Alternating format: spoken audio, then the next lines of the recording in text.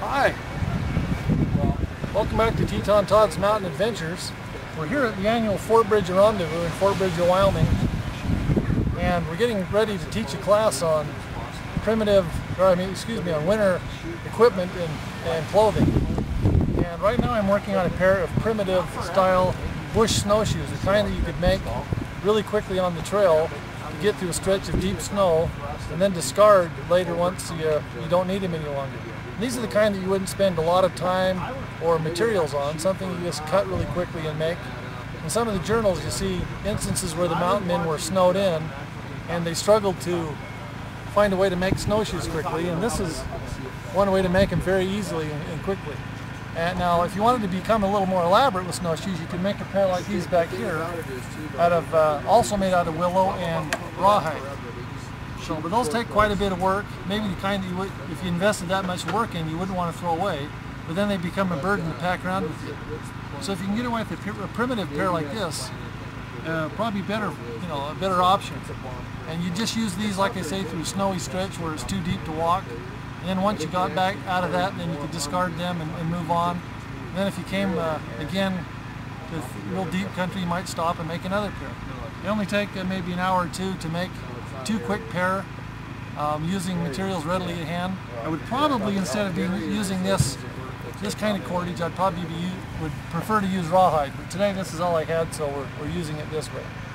We have a class starting in about an hour, so we'll come back and see you at that class.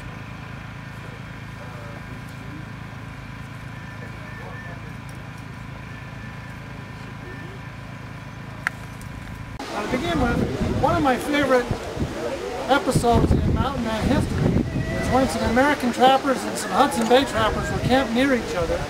This is over in the area which later became Idaho, and it snowed very heavily. And the American mountaineers were kind of trapped in by the deep snow. And they would go over to the Hudson Bay camp, where they had a lot of displaced Iroquois and Delaware Indians with them, and try to buy snowshoes from the Indians. Peter Skeen Ogden told the Indians, who was under his employ, do not sell snowshoes to the American trappers, because he wanted them to stay trapped and give him the advantage of getting out of the valley and getting to jump on the spring trapping. So there's several times that those trappers went to the Iroquois and tried to learn how to make snowshoes. And it really kind of boggles my mind that they weren't just a little more, had a little more ingenuity than they did. The first snowshoe I'm going to talk about is a very primitive affair. You can stop and cut willows and make a very primitive snowshoe. All it is something to help you float on the top of the deep snow for a short period. Now this pair is not very handily constructed. Ideally I would have made this out of rawhide and shrunk it up real well. And I would like to have these about 10 or 12 feet long. The longer the better for floating over deep snow. And today I just went out back and chopped these down just to give you an idea how quickly you could put together a serviceable pair of snowshoes you didn't spend a lot of time on. Because all these are going to do is give me the deep stretch of snow, and then I'm going to take them off and throw them away. And then later if I find another stretch of snow, deep snow, to make camp, make another pair, it really only take about an hour or two to whip them together. Okay? So it's just a bundle of willows, and I lace on a cross piece for my foot, cross piece for the back. Now these aren't very comfortable either with that big stick in there. So if I was going to use these longer, I would probably put several more cross pieces right here so I had a good footbed right there. Okay? And then again, if you'll picture these being another 5 or 6 feet long, then what they call the simple squaw hitch, just put that rope over your toe and just cross it and lash it on.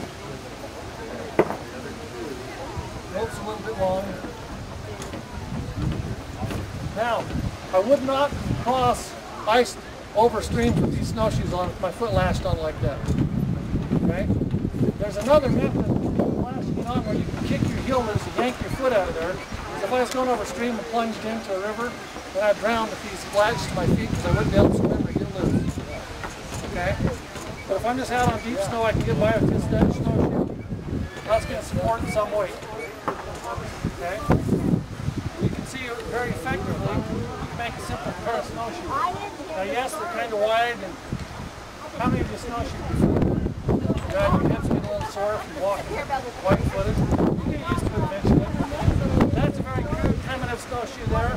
Why they didn't think of that, making some of those, I don't know.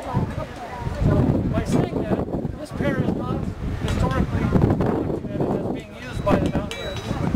It's just a way that today we think, oh, we could use items of nature to whip together something serviceable to use. But no, I haven't seen this in my favorite trapper, Jedediah Smith's journal. We didn't talk about making these. You can see where they could be made here.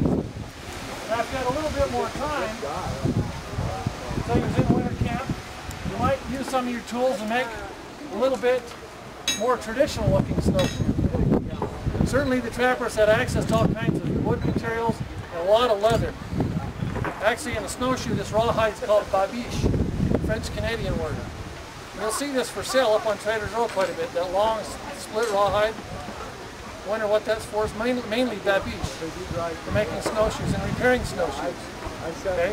This particular pointed style we call an Ojibwe style, which is a northeastern Indian tribe of Ojibwe, or sometimes a Cree. I think that's the easiest pair to make because there's no steam bending involved. It's just two sticks. Ideally, I would, while those are still green, I would have put a big heavy rock here and bent those up a little bit so I could ski over the snow a little bit better. But in a mountaineer situation, they might not have been that elaborate. Again, just something to get by for a while. I might carry these along with me for a month or two during winter, and in spring I'd throw them away. Because I'm not going to carry these around with me all summer long. It's just a temporary item. You know, if I was really frugal, I might soak them in the water, remove the babiche, and keep it. But having a lot of rawhide handy because of what I'm eating, deer and elk, buffalo, more than likely I just throw them away. Okay? Now today, when we go out on winter camps, we do an awful lot of winter camping. What we probably do nowadays is go on the internet and buy a professionally made pair of Ojibwe style snowshoes that look very familiar to most of you. Now the bent steam ones are also correct, but they're just a lot harder to make. So if you're going to hand make them, you want to make this Ojibwe style. Okay, well, I hope the class, you was able to hear something. There was quite a bit of wind during class, I know. But I just wanted to quickly show you the finished product of this bush snowshoe. As you can see, I've lashed 2 cross braces across it and bundled the front end together and tied it back. So it sort of takes on that traditional look of a snowshoe. But as I said earlier, you can make a pair of those in about an hour using just a little bit of rope or twine, rawhide if you have it, and some natural materials. The willows in the wintertime stay fairly flexible, so that's the finished product. Ideally this would have been about 8 or 10 feet tall. The longer it was, the more surface area you have to ride on the snow, thus you can carry more weight, go through deep snow. So thanks for visiting. We'll see you again soon.